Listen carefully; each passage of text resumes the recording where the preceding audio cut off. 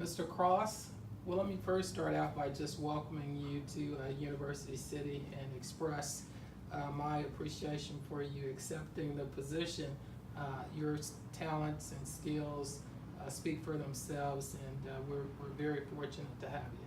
Well, thank you, City Manager Rose. I appreciate the opportunity. I'm very excited to be here, and truly am appreciative of the opportunity to be part of the University City team. Thank you.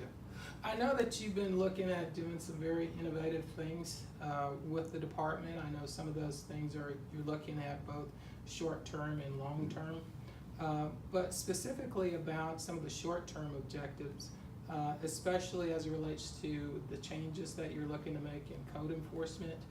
I know that you want to have them in city vehicles, as well as the overall restructuring. Could you tell us a little bit about that? I can. Yeah, one of the goals is to become more proactive here as a department. And first off, the staff has done a great job in the past. But in looking at some of the changes that we would like to make, we'd like to get them out in the community a little bit more. And that means getting them out in the vehicles with tablets and better technology to do their jobs. I want them out in the field as opposed to being in here doing paperwork. So that's the first goal in addressing the outside external environmental violations. The other goal is to implement a rental license program, which will allow us to be more proactive in addressing the long-term rental housing issues. Well, yeah, I think both of those are exceptional. I know that we're looking at alternative fuel vehicles for our code enforcement officers, electric vehicles, and I know that you're working with Ameren on a program. So I think all of those things are very positive and should result in improved city services to our residents. So yes. I appreciate that.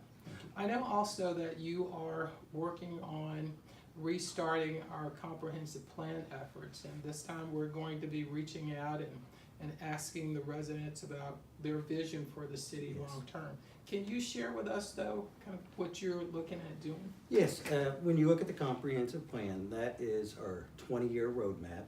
That's the goal of the comprehensive plan, as you well know. It will be a guiding document to help implement future policy here for the department through the planning department.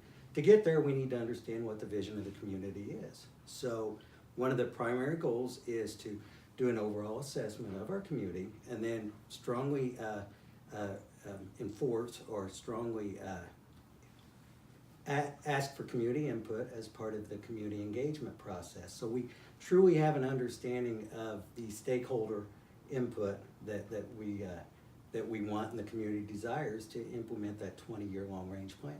Well, thank you. I know that the approach that was taken last time they looked at updating the comprehensive plan didn't yield the results that was desired. So I'm excited about you taking a different approach and being much more engaged with our residents. And I also know that you're going to be working very closely with the Planning and Zoning Commission, Yes.